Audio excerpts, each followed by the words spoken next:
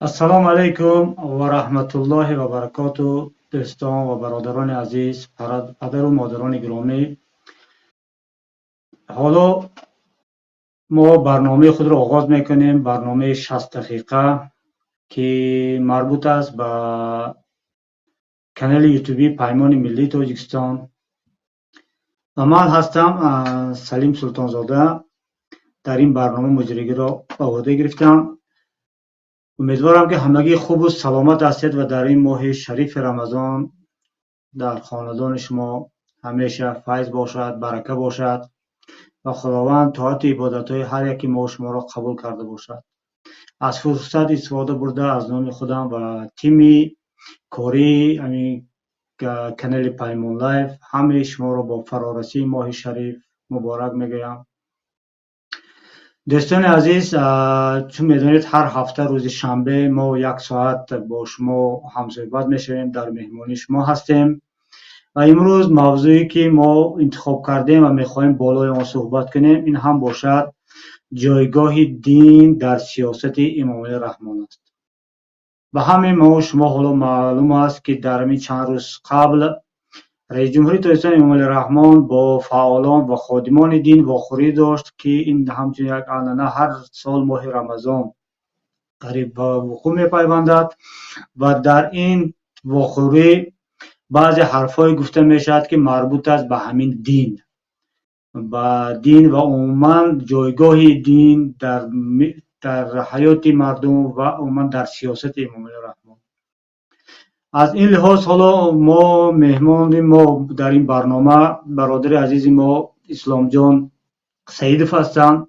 برادر اسلام جان را ما هم چون راهبر دستگاه اجرایی پیمان ملی تاجیکستان میشناسد مردم و حالا باید من این نقطه را هم گویم که این برادر ما عنوان مولوی هم دارند، یعنی دیپلم عالی در علوم اسلامی را در دست دارند. یعنی این انسان وارد همین موضوع هستند. برای همین به همین خاطر ما نفری را خواستیم پیدا کنیم در این موضوع که هم از سیاست واقف باشد، هم از در علم دین سواد داشته باشد. از همین سبب برادر اسلام جان را ما دعوت کردیم. ما اسلام دین عادت کردیم، اسلام جان را دعوت کردیم. برادر سلام علیکم و رحمت الله. علیکم سلام و رحمت الله و برکاته. خیلی خوب، صدای ما را خوب شنیدید. صدای شما هم در ما خیلی خوب است. امروز شما را خوش آمدید میگم بر این منبر، به این موضوع امروزی ما. برادر اسلام جان، حالا از روی موضوع معلوم است که ما درباره چی میخوایم صحبت کنیم. حالا پیش از وارد موضوع شدن میخواستم گویم که شما آیا همین واخوری امام علی رحمان رو با خادمان دین تماشا کرده؟ به نام خداوند بخشنده مهربان. سلام و درود هموطنان عزیز. سر اول یک شما رو به این ماه مبارک رمضان که الان قرار داریم مبارکباد میگوییم و از خداوند متعال عاجزانه طلب داریم که در این ماه برای ما توفیق بدهد که بندگی خداوند را به جا بیاوریم و طاعت و عبادت های ناچیزی ما که در این ماه انجام میدیم از طرف باری تعالی مورد قبول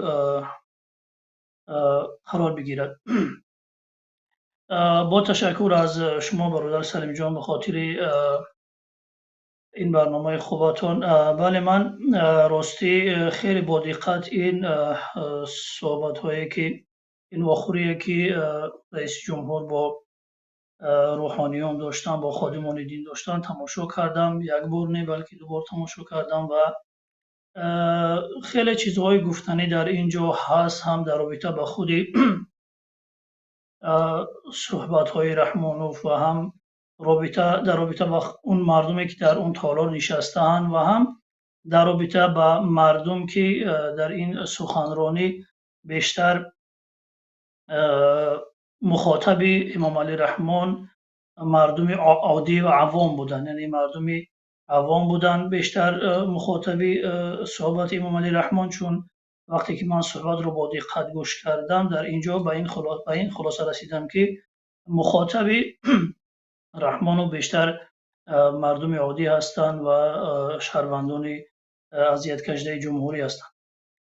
و چون این مردمانی که در داخل تالار نشسته بودند، در اونجا اونها و خود امام علی رحمانوف خوب میداند که این صحبت هایی که دارد انجام میدهد با چه هدف هستند و هدف از این صحبت هایش برای چی هستند.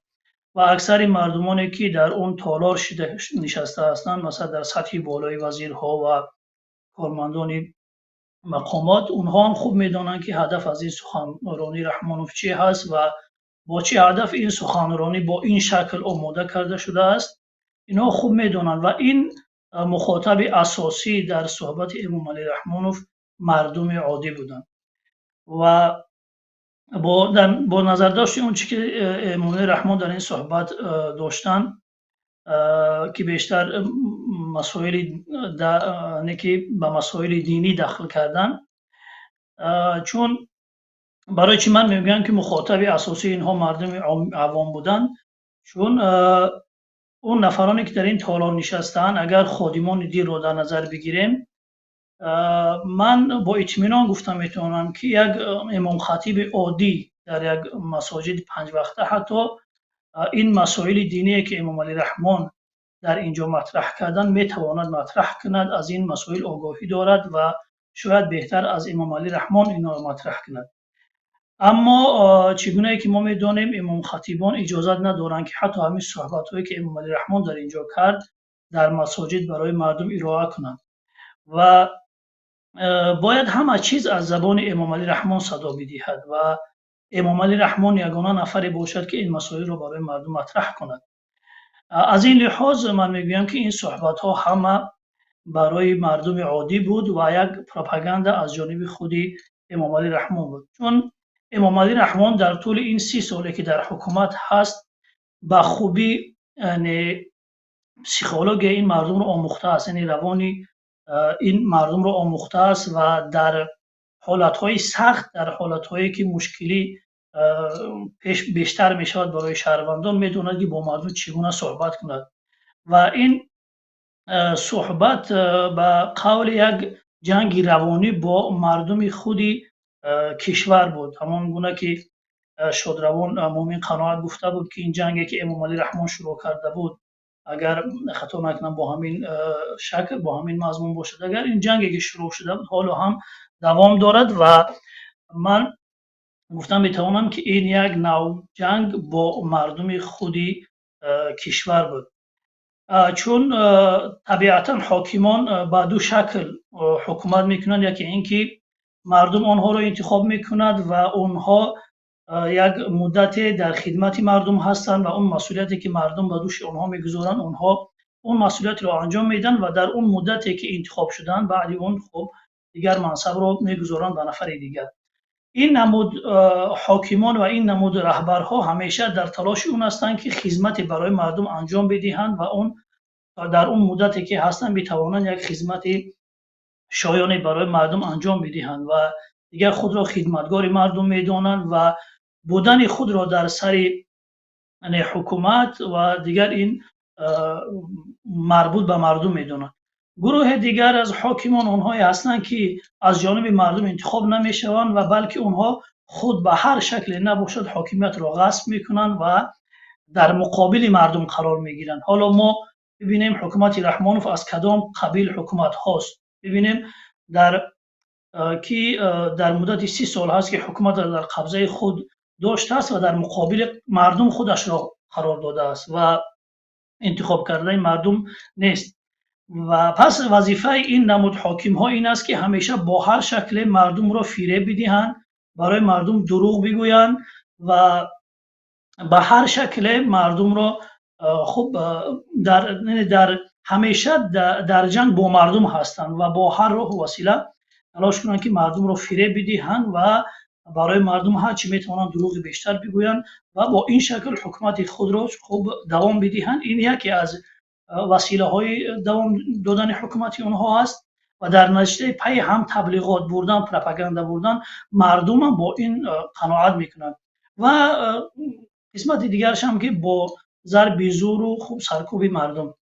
و در این صحبت امام علی رحمان بیشتر این چیز مورد نظر بود، یعنی هدف باز هم فریب دادن مردم با چون گفتیم رحمانوف خوب سیغراک مردم را آموخته است و اکثر مردم ما که مردم دیندار هستند و مردم عاطفی هستند، همین صحبتی که داشت اینه که مخاطب اساسی اون منطق عقل در اینجا جای نداشت، بیشتر مخاطب اون احساسات و عواطف مردم بود در اینجا و خوب رحمانوف هم در این مدت خیلی به این کار مهارت دارد و این کار رو خیلی خوب انجام میدهد و این صحبتی که من گوش کردم این چیزها رو بیشتر مشاهده کردم و اون نفرانی هم که این سخنرانی رو آماده کردن واقعا همین چیزها رو در نظر گرفته این سخنرانی برای امام علی رحمانوف آماده کردن و امام علی رحمانوف هم در وقتی نیکی یک سخنرانی خلاصه اگر بگیم یک سخنرانی پاپولیستی با شعارهای کلان، با وعده های کلان، خلاصه با شکل که غمخوار این ملت رو فهمم. بخشش که شما سخنتان میبرم. حالا اینجا من یک سوال دارم در ذهنم، حالا میخوام همون سوال رو پیشکش شما کنم. در زمان شوروی یک شعار بود داید به دین، میگفتن دین افیون است. در زمان شوروی دین را همچون افیون با مردم نشان میدادند و هر نفری که به دین نزدیک میشد او را مثل همین یک افیون زده معرفی میکردند. حالا شما گفته میتونید همین بها داده میتونید که در حاضر در همین دوره حکمرانی امام علی رحمان دین چی جایگاه دارد در گذشته؟ یعنی همون مکتبی که امام علی رحمان تربیت یافته دین را افیون میدونست. حالا رحمان چیکار میکند با این دین؟ دین رو برای همچون واسطه خیلی واسطه استفاده میبرد. مرحمت. بله، از نظر من واقعا دین را همچون افیون رحمانوف استفاده میکنه در مقابل مردم. یعنی برای رحمانوف دین همچون افیون هست، یعنی با واسطه شعارهای دینی، با واسطه صحبتهای دینی همیشه یعنی مردم را در یک حالت جهالت قرار میدهد و اون نفرانی که اون روحانیانی که در اون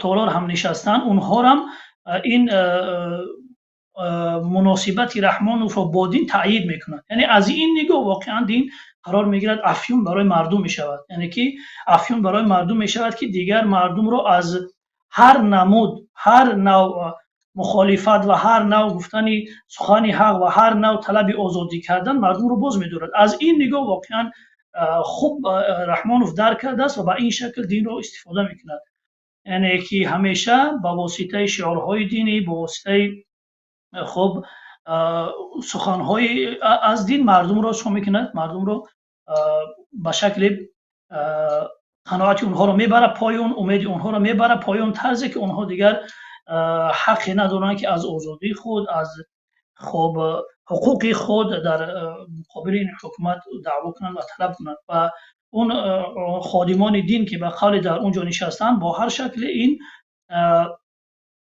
گفته های رحمانوف رو تایید میکنند. خیلی خوب. حالا این نگاه میتوان گفت که واقعا الان با این شکلی که حکومت رحمانوف مناسبت دارد دین برای مردم همچون افیون قرار میگیرد. یعنی امام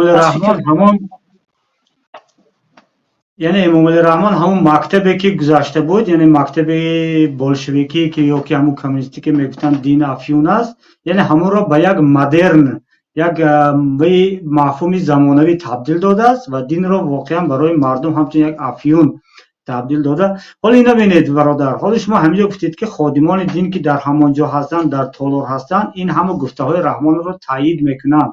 یعنی شما گفتید که آنها با خاموشی خود این را تایید میکنن، همین خیلی یا با حضور خود؟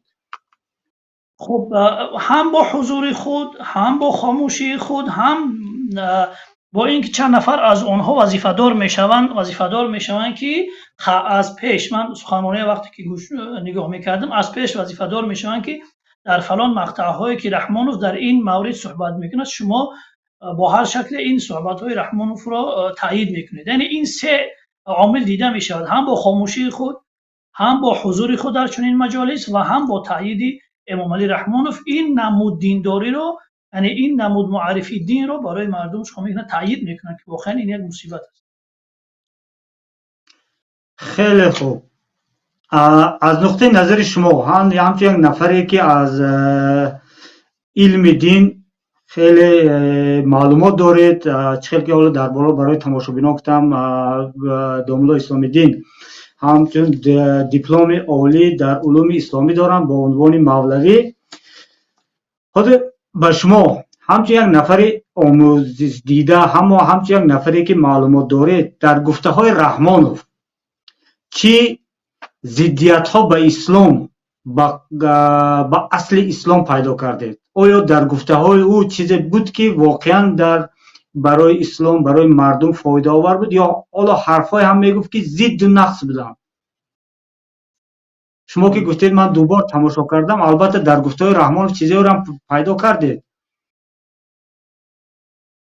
بله، از یک جانب رحمانوف خیلی چیزهای زیاد در این صحبت امام رحمانوف بود. از یک جانب اون دعوا میکند وقتی که از قرآن دلیل میارد برای برابری مردم در نزد خداوند و میگوید که همه در نزد خداوند برابر است. خب همه از قرآن دلیل میارد و میگوید که همه در نزد قرآن برابر است و مخاطب اون قرار میگیرد مردم، و در حالی که در خود کشور ما در عمل برعکس این گفته های خودش عمل میکند و دارد یک گروه را در کشور بالاتر از همه میداند که اونها دارای همه حق و حقوق هستند، دارای همه نوع آزادی هستند و چگونه که میخوان از ثروت‌های کشور استفاده میکنند، ولی باز در بین مردم برای فریب دادن مردم از این آیه های قرآنی استفاده میکنند که همه مردم در نزد خدا باید برابر هستند. اما در عملکرد خود اون نشان میدهد که این حرف ها، این سخن ها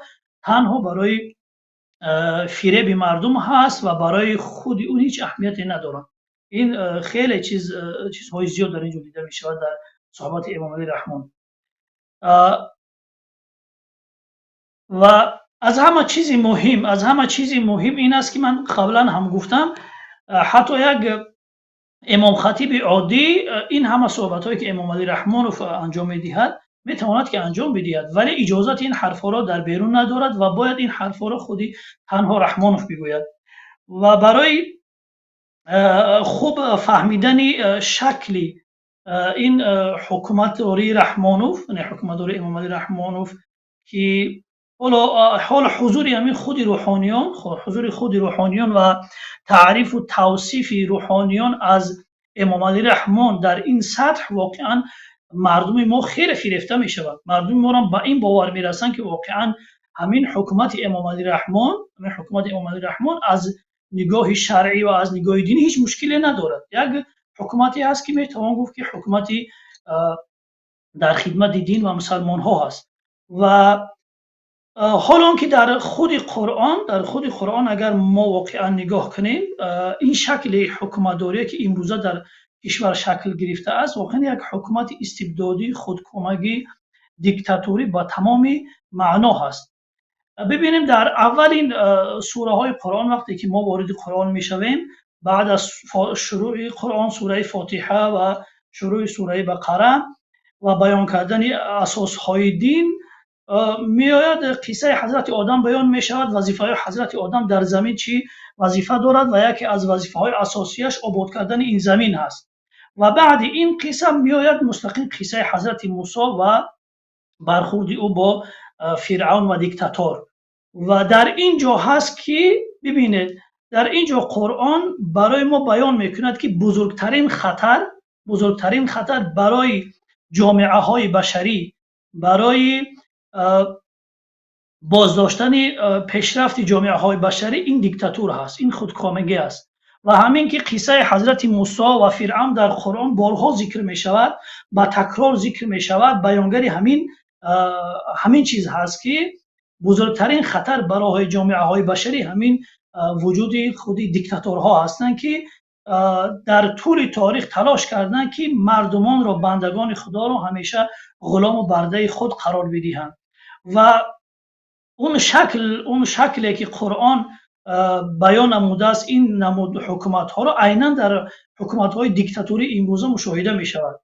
و ترکیب اون حکومت‌های دیکتاتوری یا اون مثلا با از فرعون یاد میکند، عینا اون ترکیبی که هست در خود حکومت امام علی رحمانوف وجود دارد و خود روحانیانی که در اینجا نشستند یکی از ترکیب‌های این حکومت دیکتاتوری هستند. اگر اجازت باشد کمی همین مسائل را بیشتر شرح بدیم برای بینندگان خیلی بفرمایید و حاضر. ببینید در ضمن بیان قصه حضرت موسی و فرعون خداوند پنج رکن یا 5 عنصر اساسی از حکومت‌های خودکامه را به تصویر می‌کشد. 5 عنصر یا 5 رکن از حکومت‌های استبدادی را به تصویر می‌کشد. در هر دور زمان تنها با تغییر نام‌ها و اصطلاح‌ها اصلا همین 5 عنصر دیده می‌شود که مردم را برده و غلام خود قرار می‌دهند و مردم را استثمار می‌کنند. خب یکم عنصر خودی اون نفر اول اون دیکتاتور است که در رأس حرم قرار گرفتگی است، در بالا قرار گرفتگی است و خود را از همه بالا و برتر می‌داند و باید همه چیز از اون باشد، حتی دیگر هدایت و راهنمایی مردم را هم وظیفه خود می‌داند، محافظت دین مردم را وظیفه خود می‌داند و حتی فرعون با این در قرآن این چیز را بیان می‌کند که فرعون میگه اینی اخاف ان یبدل دینکم او ان یظهر فی الارض الفساد. وقتی که موسی آمد و در مقابل این فرعون خودکامه قرار گرفت، اون برای مردم را از قبول کردن حق باز دارد، این حرف را میزد که من میترسم که این نفر موسی بیاید و دین شما را تغییر بدهد، دین شما را از بین برد و در زمین فساد کند و در دوام میگه که من یگانه نفری هستم که شما را به راه راست هدایت میکنم، یگانه نفری که راه راست را برای شما نشان میدهد من هستم. و این روز هم در صحبت امام علی رحمان این چیزها با وضوح مشاهده می شود که دعوایش این است که من تنها نفری هستم که شما را هدایتگر شما هستم. و این حرف در زبان چاپلوسان و در زبان یاران رحمانوف هم دیده می شود. آنجا که فرعون برای مردم می گفت قال فرعون ما اریکم الا ما ارى و ما اهدیکم الا سبیل الرشاد، یعنی اون چیزی که من برای شما میگویم اون همه سبب هدایت و راهنمایی، سبب خوشنودی شما است. امروزه در صحبت های امام علی رحمانوف عیناً این چیزها مشاهده می شود و اون نفر، اون دیکتاتور و اون خودکامه تا جای می رسد که خود را مقام قدسیت می بخشد که در گذشته این نمود مثال ها خیلی زیاد بود در تاریخ بشریت و امروز هم این چیز با وضوح دیده می شود که این حالا پیشوای ملت، جناب عالی، نجات دهنده ملت، نجات دهنده سیاره، اینها همش بیانگر این هستند که این نفر به خود به این خلاصه رسیده است که این نفر عادی نیست، این نفری بالاتر از انسان هست، وگرنه به خود اجازت نمیدهد که چنین عنوانهایی برای او داده شود. یعنی این نفر اولی که در چنین حکومت‌ها قرار دارد خود اون خودکامه و دیکتاتور هست که بعداً میآید زینه‌های پایانی که اونها همه در خدمت این دیکتاتور قرار میگیرند و با هم یک جایه مردم را استثمار میکنند، مردم را غارت میکنند، ثروت مردم را میدزدند و به هر شکل مردم را بنده و غلام خود قرار میدهد. ترکیب دوم، یعنی عنصر دوم یا که عنصر دوم در چنین حکومت‌ها اون در قصه حضرت موسی و فرعون که بیان میشد با هامان ذکر میشد، وزیر فرعون، که در اینجا همان نخبگان سیاسی هستند که در خدمت خودکامگان و دیکتاتوران قرار گرفتگی هستند که اینها همیشه این سخنرانی که الان امام علی رحمان داشت حتما این سخنرانی رو این گروه آماده کرده است، این گروه آماده کرده است که با این شکل میتوانند مردم رو بفریبند و وسیله اساسی در حکومت‌های خودکامه دیکتاتوری، وسیله اساسی برای غلام کردن مردم، برای بنده قرار دادن مردم، استثمار مردم، این گروه است. یعنی این نخبگان سیاسی هستند که همیشه در کمک دیکتاتور هستند و از بایگری مردم برای اونها یک چیزی میرسد و همیشه این سیاست‌های این خودکامه را طرفداری میکنن و برایش استراتژی پیشنهاد میکنن، نقشه پیشنهاد میکنن و او را در این ظلم و استبدادش کمک میکنن. همان گونه که فرعون در اون زمان برای وزیر خود، یعنی برای فریب دادن مردم با طرف وزیر خود میگوید که قال فرعون یا هامان ابني لي صرحا لعلی ابلغ اسباب السماوات فاطلع الى اله موسى واني لاظنه كاذبا وكذلك زين لفرعون سوء عمله. یعنی در اون وقت هم نخبگان سیاسی این نقش را بازی میکردن که حالا اون نخبگان سیاسی این وقت بازی میکنن.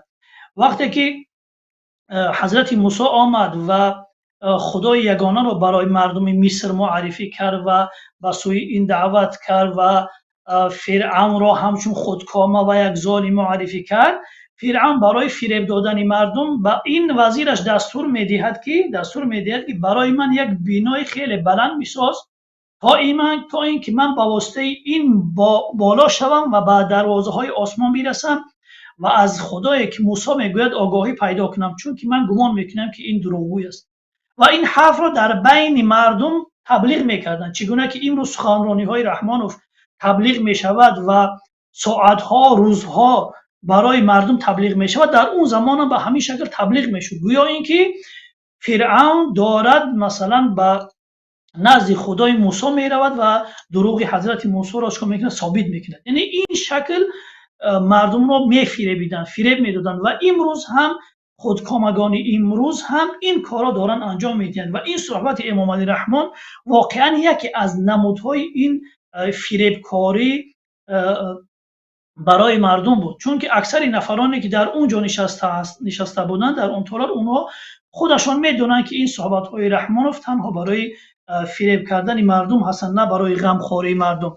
این رکن دوم یا که عنصر دوم از حکومت های خودکامه است که در زمان های قدیم هم بود و حالا هم با دیگر شکل ها، در شکل رئیس پارلمان، در شکل وزیری نمیدونم سروزیر، در شکل وزیر و منصبدارای بالا در حکومت رحمانوف هست.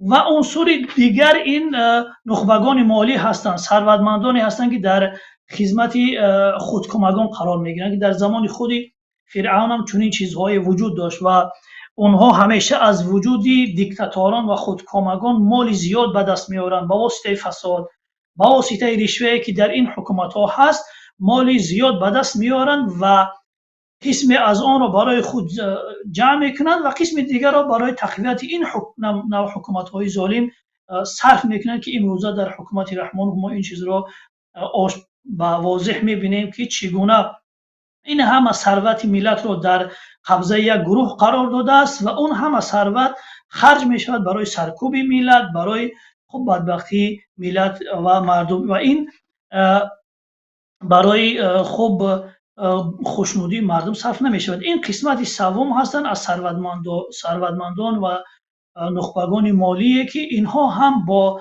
هر راههای مال ثروت را به دست میارند و برای تقویت این حکومت رحمانوف که در همین تالاری که رحمانوف صحبت داشت از این نمود نفرها هزارها نفر نشسته بود که این کار را برای حکومت رحمانوف انجام میدادن. اون هم برای به خاطر چی؟ به خاطر اینکه برای اونها اجازه داده است که این همه ثروت را از راههای نادرست به دست بیارند. این قسمت سوم است. قسمت چهارم، قسمت سوم این روحانیان هستند. این در اون زمان ساحران و کاهنان بودند. الان در این زمان در جایهایی که مثلا مردمی آن متدین هستند و دیندار هستند همیشه از بنام خادمان دین در این سمت استفاده می شود که در زمان حضرت در زمان فرعون و موسی بودند ساحران و کاهنان معبد و در این زمان هم ببینید خادمان دین، فرهنگیان، اون زیایانی که در رکاب رحمانوف هستند عیناً همان کار را انجام میدهند که ساحران موسی انجام میدادند. اونها در اون زمان برای فرعون چی میگفتند؟ برای ما پاداشی است، پاداش برای ما پاداش اجر میتی اگر ما در این مسابقه با موسی غالب بیاییم. و عیناً امروز هم یک پاداش ناچیزی برای این امام خطیبا داده می شود، برای این فرهنگی ها زیایانی که در رکاب رحمانوف است اونقدر معاش ناچیزی هست که به زندگی خود آنها نمیرسد. ولی با این وجود با تمام معنا از این حکومت خودکامه و دیکتاتوری دفاع میکنند و اینها بدبختترین انسان ها در حکومت چنین حکومت ها هستند، چون از یک جانب همه نوع خدمت رو بر این حکومت میکنند در مقابل یک معاش ناچیز و دین و دنیای خود رو میفروشند و از جانب دیگر همیشه از این حکومت ها تحقیر میشنوند، تمسخر میشنوند. خب در بدترین حالت زندگی میکنند. این قسمتی سوم از اون عنصری هست که قرآن بیان میکند. و قسمت دیگر هم این سربازان فرعون هستند در اون زمان بیان میکنه. سربازان فرعون که حالا دیگر معلوم است که در شکل امنیت، خب پلیس و امنیتی که در خدمت حکومت های دیکتاتوری هستند و اینها هم اونقدر بجز اون رهبرانشون، اونها یک در سطح وزیرها هستند، در سطح منصب‌های کلان هستند، این قشر پایانیش که مشغول سرکوب مردم هستند و با اندکترین خب انتقاد یا که طلب حق مردم رو خب زندان میکنن، سرکوب میکنن. اینها خب در زمانهای قدیم هم بودن و امروز هم هستند و با این همه زندگی ناچیزی که دارن در رکاب چی هستن؟ در رکاب رحمانوف هستن و حکومت های دیکتاتوری رحمانوف با واسطه اینها مردم خودش را چکار میکند؟ سرکوب میکند و اینها هم جایگاه خوبه در نزد حکومت رحمانوف ندارن. حالا اگر یک وضعیتی یک امنیتی سطح پایان یا یک پلیسی که هر روزه به در خانه ما و شما مخالفین میرود اگر ببینید در یک سطح پس زندگی دارد، ولی با این وجود تحقیری که بالای اون هست باز هم خب فرمان و دستوراتی که از جانب این خودکامه برای اون میشود اون را هم مرا 100% انجام میدهد. واقعا این یک مصیبت هست. در آخر میمونه جایگاه مردم، یعنی در آخر دیگر جایگاه مردم که مردم بیچاره استثمار میشوند، مردم بیچاره مورد ظلم قرار میگیرند، مورد ستم قرار میگیرند و همه مشکلات هم بالای مردم بار میشود و یک گروه محدود در اطراف یک نفر جمع میشوند و این همه ثروت و دارایی مردم رو به غارت میبرند. و این صحبت هایی که امام علی رحمان کرد با این همه نفرانی که در این زال نشسته بودن، همه اینها خوب میدونن که این صحبت ها برای غمخواری مردم هست یا که برای خب بدبختی مردم. اگر واقعا این صحبت های واقعا دینی از نگاه قرآنی و خب برای غمخواری مردم میبودن در اولین فرصت برای مردم برق میدادن. یعنی در کشور اینقدر مشکلات زیاد وجود دارد، اما رحمانوف میآید مسئله عمره را در اینجا مطرح میکند که یک نفر چند بار برای عمره برود یا که نرود، یک نفر در رمضان چی کار کند یا که نکند. یعنی دخل میکند همیشه با خصوصیت و خب خصوصیت های مردم واردی حرم مردم میشود که مردم باید چی کار کنند یا چی کار نکنند برای مردم این چیزها را تعلیم میدهد. اگر واقعا این حکومت ها غمخوار مردم باشند اینها میآیند مشکلات مردم رو مثلا حل میکنند، نه اینکه بیاین برای مردم این شکل مسائل رو مطرح کنند. یعنی در اینجا امام علی رحمان در این صحبت هایی که کرد با خادمان دین هیچ چیزی نو وجود ندارد. اکثر این صحبت ها رو در گذشته و در حال ملاها، امام خطیبا، روحانیون انجام میدن، هم در مورد عمره، هم در مورد حج، هم در مورد مثلا رمضان. در این همه امور چگونه که گفتم یک مولای عادی میتواند این مسائل رو مطرح کند. اما چرا امام علی رحمان خودش میآید این مسائل رو مطرح میکند؟ چون به این باور رسیده است که یگانه نجات دهنده مردم خود امام علی رحمان است. یعنی این واقعا یک مصیبت برای مردم و برای این کشور است. اگر واقعا اون روحانیانی که در اونجا نشستن واقعا خود را خادم دین میدونن، واقعا خود را پیرو واقعی از قرآن و از پیامبر میدونن، باید بیان مسائل رو از این شکل مطرح کنن که شما بناحق آمدید حکومت را غصب کردید، شما حقی خب این حق را ندارید که مثلا بیایید بدون آن که مردم شما را انتخاب کنند شما 32 سال در سر حکومت باشید. ولی چون که اینها واقعا یا با این باور هستند که همین حکومت رحمان و با همین شکلی است یک حکومتی خود در خدمت دین هست، یا اینکه مجبور هستند، یا اینکه دین خود را فروختند بر شکلی که می آیند مثلا این نمود حکومت را تایید میکنند در و این همه بدنامی برمیگردد به دین و به اسلام و به قرآن که هر کس بله. دیگر میتواند بگوید این نوع حکومتی خب اسلامی است. یعنی واقعا این خادمان دین که وظیفه‌ش و مسئولیتش این است که در خدمت دین باشند و دین را به شکل درست برای مردم مطرح کنند و جایگاه یک دیکتاتور را که در قرآن بیان شده است بیاین برای مردم بفهمانند و شرح بدهند، میآیند در خدمت یک دیکتاتور قرار میگیرند و دین و قرآن و همه اسلام را فدای یک نفر و یک خودکامه میکنند که واقعا خیلی جای این نگرانی است.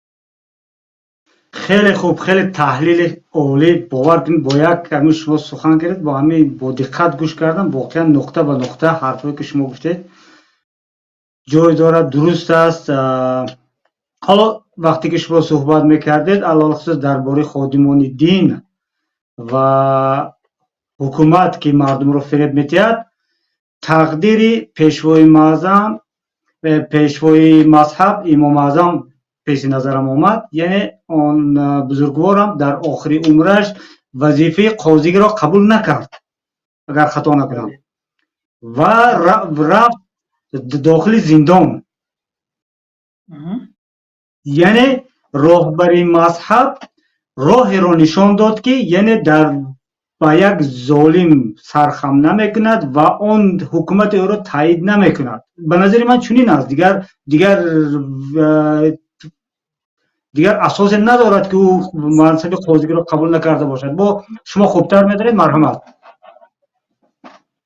بله دوستان، خیلی یک نکته خوب اشاره کردید و در همین صحبت هم امام علی رحمان از امام اعظم با افتخار یاد میکرد و با از موقع گیری های اون با افتخار یاد میکرد، ولی فراموش میکرد از اینکه این امام اعظم چنین شخصیت بود و نه آمد این منصب رو به این خاطر قبول نکرد چون که در اون زمان هم عیناً مثل امروزه بود که تنها وظیفه قاضی امضا گذاشتن در زیر فرمان بود که از جانب خب دولتداران اون زمان صادر میشد. امروز هم عیناً ببینید در صحبت رحمان چند توصیه در تلفظ توصیه بودن، اما اونها همه دستور هستن. برای شورای علما بود، برای کمیته دین بود، برای مرکز اسلام شناسی میگفت توصیه میکنم برای شما، ولی عیناً این همه فرمان هست.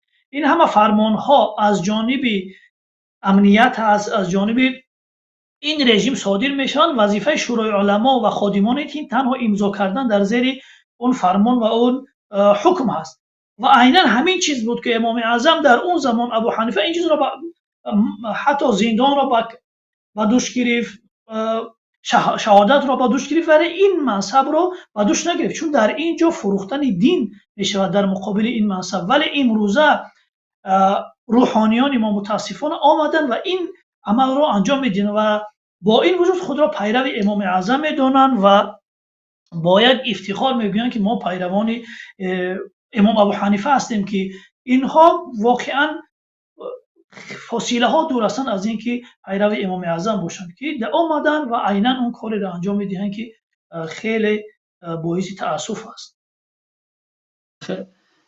خیلی خوب. حالا اینو ببینید در فیسبوک یکی از کاربران فیسبوک با نام دلشاد رحمانov نوشته است که از صورت امام رحمان را مونده از سخنرانیش اقتباس آورده است. گفته است حالا میخوانم: خدا و رسول را در دل پرستیدن در کار، نه در سطر و نه در حجاب و نه در سله کلان و نه در ریش دراز و نه در جیلک دراز. در زیرش نوشته است امام رحمان. ولی این ما در صحبت امام رحمان فهمیدم. ببینید دوست بینندگان گرامی، یعنی این صحبت رو یک نفری حتی همین بلاگرها رو یک بررسی کنید در همین مثلا شبکه‌های اجتماعی از سراینده ها شروع کرده تا که خیلی نفر این حرف رو میزنن، خیلی نفر این حرف رو میزنن که وقتی از اونها انتقاد کرده میشود در مورد کوتاهی در امور دینی، اونها این حرف رو میگویند که یعنی بندگی در دین است، خدا را شناختن در دل هست نه در فلان و فلان. ولی وقتی که این حرف رو رحمانوف میگوید اینقدر برای این قرصک میزنن و اینقدر تبلیغ میکنن و اینقدر این رو یعنی گویا که یک اختراع خیلی بزرگ نشان میدهند. با وجود اینکه این یک حرف اشتباه است، این یک حرف مخالف همه دستورات قرآن و دستورات چی پیامبر هست. یعنی در دل چگونه پرستش میکنی مثلا خدا و پیامبر رو؟ اگر که مثلا پرستش تنها در دل باشد، این همه دستورات قرآنی، دستورات پیامبر که بعد از ایمان ان الذين آمنوا وعملوا الصالحات، ان الذين آمنوا وعملوا الصالحات ذکر میشود. اول ایمان، باور به خدا، باور به غیبیات، بعدا عمل صالح. این جایگاه عمل صالح در این گفته رحمانوف در کجا است؟ یعنی عمل صالح معناش چی میشود؟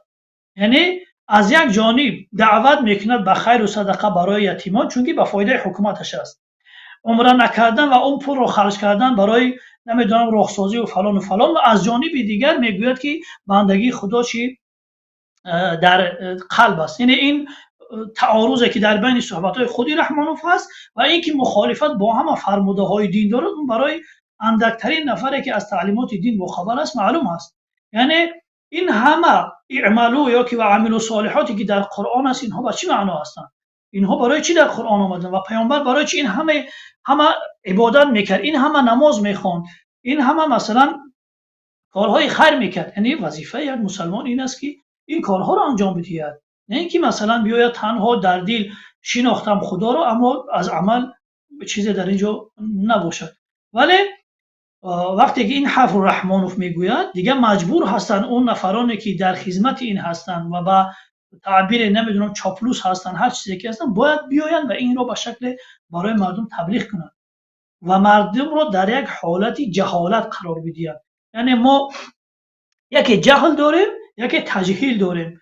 جهل این که مثلا در نتیجه نادانی انسان یک دست به یک کار میزند، این که در تمام جامعه ها این هست. حتی در خود اروپا هم چنین چیزها با وجود می آید که مثلا در یک جامعه ها، در یک کشورهای پیشرفته هم در نتیجه نادانی و در نتیجه تبلیغاتی که هست، اونها یک انتخاب‌های میکنند، یک کارهای انجام میدهند که بعدا معلوم میشود که این کار اشتباه بوده است. اما چون در این جامعه‌های پیشرفته معیارها برای تشخیص چنین عملها وجود دارد، اونها در حال برمیگردند به خوب و این کمبودی خود را اصلاح میکنند. اما در جامعه‌های عقیم مانده مثل جامعه‌های ما، واقعا این با جهالت بردن مردم بیشتر هست، نه جهلی عادی و ساده، بلکه تجهیل است. یعنی همیشه مردم را با این نمود صحبت ها، با این نمود سخنرانی ها، مردم رو به سوی جهل میبرند. یعنی مردم رو فریب میدهند، به قول مردم رو فریب میدهند با این نمود سخن ها. و این مردم و این در جامعه های عقیم مانده معیارهای وجود ندارد که بر اساس اون معیارها این مردم خطا و صواب خود را تشخیص بدهند و از اون اشتباهات خود دست بکشند. ببینید در این مدت 30 سال این حکومت رحمانوف برای این مردم چیکار کرده است؟ یک برق که یکی از ضروریات اولیه برای مردم هست، همین رو نمیتونه تامین کرده، ولی با این وجود مردم با این حکومت باور دارن و حالا هم امید دارن که این حکومت برای اینها بهبودی میاره. یعنی این نتیجه چی است؟ این نتیجه این پروپاگاندا هست که از جانب حکومت بالای مردم برده میشه و این بالای مردم تاثیر دارد. این بالای مردم تاثیر دارد و مردم رو در یک حالتی جهالتی یا که در یک حالتی از خود بیخبری قرار میدهد که متاسفانه امروز مردم رو در این حالت قرار دارند و باید به یک شکل مردم از این حالت بیرون بیایند. حالا هم امید دارند که این حکومت رحمانوف برای اینها بهبودی میارد، ولی باید یک شکل این چیز برای مردم آشکار شود. خیلی سخنرانیتون نوبت چی میگوید زینه به زینه به یک نقطه آمده رسید که من چند خلاصه گرفتم. اینو نگاه کنید. در اول حرفاتون گفتید که حکومت با مردم جنگ روانی برده ایستاده است. فریب مردم، یعنی عباره فریب مردم رو استفاده بردید. یعنی حکومت با مردم جنگ روانی برده ایستاده است، مردم رو فریب داده است با واسطه خادمان دین خادمان دین این سیاست رو تایید میکنن و در آخر آورده گفتید که میخواد مردم در حالت جهالت قرار گیرند. بسیار احسن، واقعا خوب تحلیل کردید همین حکومت سیاست امام علی رحمان، یعنی دین در کدام جایگاه قرار داشتن در همین حکومت امروزی تاجیکستان رو خیلی خوب روشن آشکارا گفتید. حالا تماشاگران عزیز، ما در این کانال پیمان لایف قرار داریم، آبونه شدن را فراموش نکنید. من هم خیلی فراموش میکردم که این را تاکید کنم، آبونه شدن و فکر و نظرهای خود را نوشتن را هیچگاه فراموش نکنید.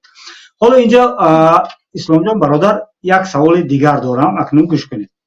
حالا دیگر وضعیتی که تا امام علی رحمان، یعنی مناسبت امام علی رحمان با دین معلوم شد، یعنی حالا ما میدونیم که همین امام علی رحمان بعضا مفتی هم میشد، فتوا هم میبرد، اما باز همون کارمندانش میروند در کوچه با ریدها هم میگذارند، رید ریشتراشی و رید صدرکشی، و یعنی یکی برای یکی درست نمیگیرد. خب حالا شما همچون راهبر دستگاه اجرایی پیمان ملی تاجیکستان، من به شما چنین سوال دارم. در ما تاریخ رو میبینیم که در همه دور و زمان ها حکومتداران حرکت کردن از دین استفاده برند، تا جای سوی استفاده هم میبرند، بردند هم. یعنی همیشه خواستن که دین برای تقویت حکومتشان نقش بازد و نقش های میدان نقش بزرگ میبازد. تی در دور زمان گذشته، در زمان امیران بخارا باشد، چی در زمان حاضر امام علی رحمان یا تاریخ های گذشته که پیش از سلال منقطی آمدن، این چنین بود. یعنی دین یک وسیله بود برای خدمت کردن برای حکومتداران. اما نظر من این است که و حالا اون که همون تاریخ ابو حنیفه رو گفتیم، نظر من این است که دین باید به مردم خدمت کند تا مردم را از جهالت بیرون کشد. این است به نظر من رسالت دین. اگر مردم که به بیداری آمدن، به روشن فکری آمدن، با همین جهالت بیرون شدن، هیچ یک حکومت مستبد و هیچ یک حکومت دیکتاتور را قبول نمیکند. چنین است. اکنون شما میگفتید لطفاً که پیمان ملی تاجیکستان، فرضاً من به این باور دارم که وقتی همین حکومت رو مردم با هر واسطه سرنگون کرد و یک حکومت ملی به سر قدرت آمد، فرضاً این باشد پیمان ملی تاجیکستان. نسبت به دین چی سیاست رو پیش میگیرد، چی خیل سیاست رو راه اندازی میکند تا دین مردم و عموما دین در این فضای تاجیکستان جایگاه داشته باشد. مرحمت. تشکر. ولی در برنامه که پیمان ملی تاجیکستان پیشنهاد کرده است برای مردم کشور، در اونجا در رابطه با دین هم موقع خود رو بیان کرده است و خیلی واضح و روشن.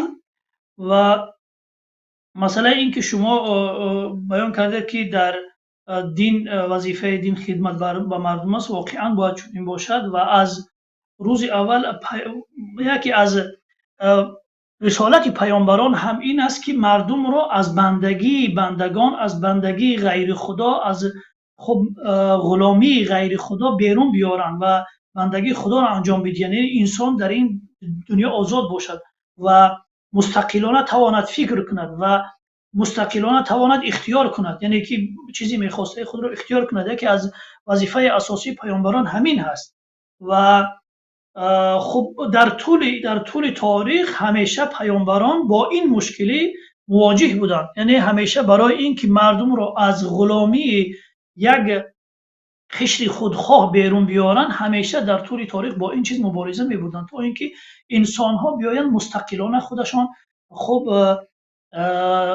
چیزی را اختیار کنن، خودشان مستقلانه تصمیم بگیرن و اراده داشته باشند. و حتی ببینید فیلسوفان هم مثلا اگر نظری از نگاه جامعه شناسی هم نگاه کنیم، مثلا هیگل نظرش این است که انسانیت از ابتدا تا حالا دنبال آزادی هست، یعنی دنبال آزادی میگردد.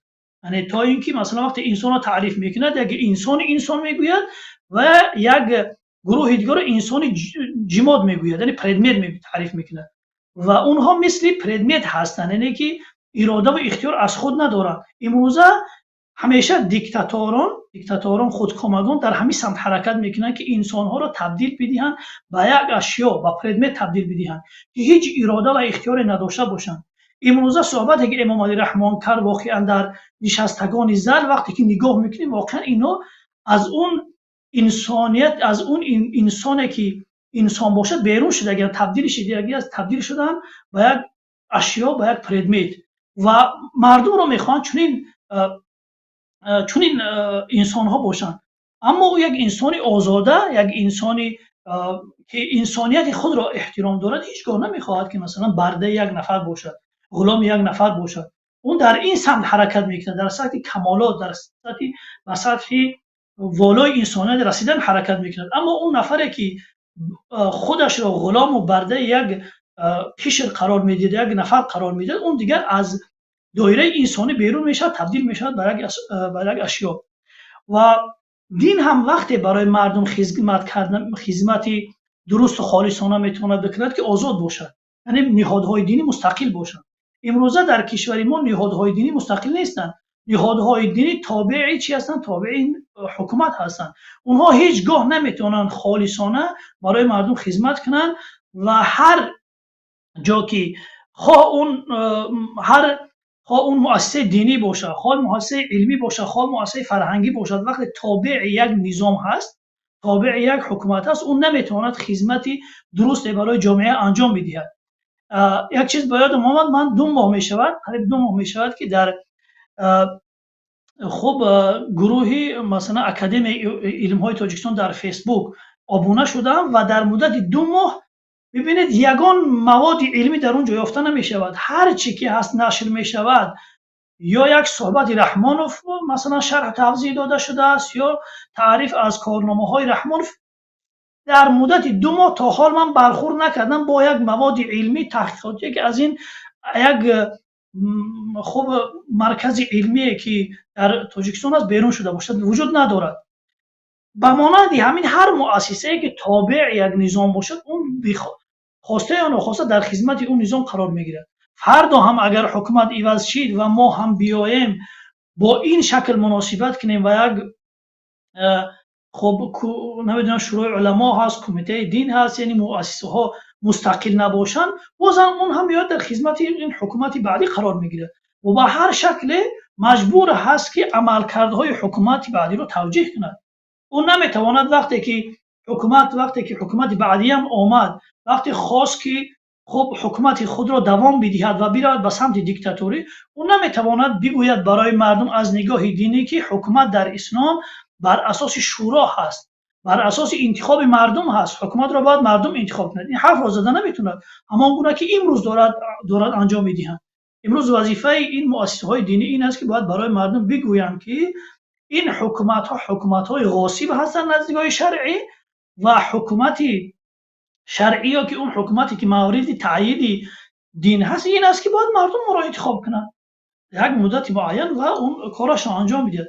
аз ин хотир нигоҳи ман ин аст ки бояд ин муассисаҳо воқеан мустақил бошанд то ин ки битонанд ҳарфи худро озодона ва мустақилона барои мардум бигӯянд ва як фазои озод барои фикр кардан, барои андеша кардан, барои таҳқиқот бурдан дар ҷомеа ба вуҷуд биёяд. То вақте ки чунин фазо дар ҷомеа набошад, фазои озод барои таҳқиқот, барои озод фикрро баён кардан, барои андешаи озод доштан, барои интиқод кардан набошад, на он ҷомеа пешрафт мекунад ва на он мардум дарки дуруст яъне ки ҷаҳонбинии дуруст на ҷаҳонбинии дуруст дошта метавонад, на ҷаҳонбинии на динӣ, на дунявӣ. яъне ин мушкилот ба вуҷуд меояд. ба ҳамин хотир бояд ин муассисаҳо воқеан мустақил бошанд то ин ки битонанд ҳарфи дили худро озодона барои мардум чико кунанд, матраҳ кунанд. аммо вақте ки омад тобеи як низом шид, маҷбур ҳаст дигар он хоста ё нохоста бояд тавҷеҳ кунад он корҳое ки ин низом анҷом медиҳад. ин фикри ман ҳаст ва дар худи барномаи Паймони Миллӣ ҳам дар робита ба дин хуб ин масоил равшан баён шудааст. خیلی خوب دامدار اسلامیدین برادر عزیز، نگاه کنید. حالا من شما رو گوش کردم، یک فکر در نظرم باز آمد، امروز باید به شما پیشنهاد کنم. حالا در همین اینترنت در فضای مجازی خیلی سخنران و بلاگران و مثال که در سطح دین گپ میزنن خیلی بسیار هستن از همین با زبان فارسی. حالا با مثال مردم ما زبان روسی رو میفهمد، ترکی رو میفهمد، دیگر زبان ها خیلی اینترنت رو فرا گرفته است. حالا نگاه میکنم واقعا جای شما، شخصا شما و افرادی که مثل شما هستن خالی است در همین فضای مجازی. حالا پیشنهاد برادران من هست همین است که شما باید یک برنامه مخصوص راه اندازی کنید تا همین دیدگاه خودتان رو با مردم رسانید. این پیشنهادی من است، چون که من حاضر شما رو گوش کردم، من فهمیدم که همین چیز به من نمیرسید تا همین روزا. تشنه همین خیلی یک حرفا بودم و باور دارم که این پیشنهاد به فکر من که به دیگر تماشابینا و عموما به مردم خدمت میکند اگر همین را شما راه اندازی کنید. و حالا برنامه ما هم کم مانده است، 5 دقیقه دیگر مانده است. حالا میخواستم از شما در آخر پرسم که برای مردم توصیه شما چیست؟ برای خادمان دین چی توصیه دارید؟ یعنی میگویم که دین از نصیحت است، دین نصیحت میگه، یعنی نصیحت شما چیست به مردم و خادمان دین؟ بفرمایید. تشکر زیاد. دیگر همچون برادر برای مردم واقعا در یک نصیحتی برادرانه این است که واقعا باید دین را همان طوری که هست برای مردم بیان کنند. یعنی خادمان دین وظیفه و مسئولیتش این است که دین را، تعلیمات دینی را اون طوری که هست برای مردم بیان کنند، نه اینکه به خاطر خب یک زندگی امروزه یا که به خاطر منفعت خود شخصی باشد یا که منفعت یک نفر را در نظر گرفته مسائل دینی را برای مردم بیان کنند. چون این یک مسئولیت است، این یک وظیفه است، چون علما و دانشمندان میراثبران پیامبران هستند و ببینند که پیامبران در طول تاریخ برای چی اینقدر زحمت میکشیدند، برای این چی اینقدر مورد اذیت و آزار قرار میگرفتند. ببینید در حدیث داریم که سخت‌ترین امتحان و مصیبت‌ها بالای پیامبران میآید و بعداً بالای نفرانی که به پیامبران نزدیک هستند و بعداً بالای به همین شکل پیش می‌رود. چرا چنین هست؟ چرا چنین هست که مصیبت، یعنی ابتلا و امتحان سنگین اول بالای پیامبران هستند؟ چون که پیامبران آمدن تا اینکه جامعه ها را تغییر بدهند، یعنی جامعه های عقب مانده، جامعه های در حالت بدبختی قرار داده را از این وضعیت بیرون کنند. چون وقتی که می آمدن خود را در مقابل جامعه قرار می دادن و اون جامعه در حال خب عقب مانده، جامعه در حال رکود، جامعه که مثلا در این وضعیت قرار دارد، براش این خیلی سنگین بود. همین بود که در مقابل پیامبران قرار می گرفتن و پیامبران را با هر شکل و نمودی که بود مورد اذیت و آزار قرار می دادن. پیامبر ما وقتی که آمد در جزیره العرب، تصور کنید که در اون زمان جزیره العرب در کدام وضعیت قرار داشت. یعنی اصلا جایگاه انسان در کجا بود؟ یعنی اصلا با برده و با غلام طعام نمیخوردن. اصلا در اون زمان در منطقه های زن را همچون انسان نمیدانستن. ولی پیامبر آمد تا اولین وظیفش این که انسانیت را، جایگاه خودش را برای انسانیت بشناسد که جایگاه یک انسان چی هست. جایگاه یک انسان چی است؟ این بود که مورد این همه اذیت و آزار قرار گرفت. اما عبادت فردی باشد، چون ما می‌بینیم اکثرا اون نفرانی که در شبکه‌ها صحبت میکنن اکثرا تمرکز روی عبادت‌های فردی میکنن، یعنی روی تمرکزشو این است روی عمل‌های فردی. اگر تنها عمل‌های فردی منظور میبود اینقدر مورد اذیت و آزار قرار نمیگرفت. چون در اون زمان احساس کردن رهبران و سرکردگان اون جزیره العرب که این چیزهایی که پیامبر میگوید اینها جامعه را دیگرگون میکند و این همه منفعتی که اینها به دست میآورند، این همه ثروت و دارایی که دارند باید بین مردم تقسیم شود دیگه، این همه از بین میرود. یعنی این چیز بود که پیامبر اینقدر مورد اذیت و آزار مشرکین قرار گرفت. امروزه هم وظیفه ما این هست که بیایم این جامعه عقب مانده که ما داریم این را تغییر بدهیم، وضعیت مردم را تغییر بدهیم، برای این سعی کنیم، برای این تلاش کنیم. همین است که متاسفانه ما بیشتر قشر روحانیت و علما در اولویت گذاری مشکل داریم. می آیم یک مستحب را، جایگاهش را بالاتر از فرض و واجب قرار می دهیم. یک مستحبро ё ки як амали кӯчакро ҷойгоҳашро мебарем, аз ҷойгоҳи воҷиб ва фарз боло қарор медиҳем. Алон дар ин замона вазифа ва воҷиби ҳар як нафари тоҷикистонӣ ин ҳаст, ки ин вазъияти мавҷударо тағйир бидиҳад ва ояндаи ин миллатро бисозад.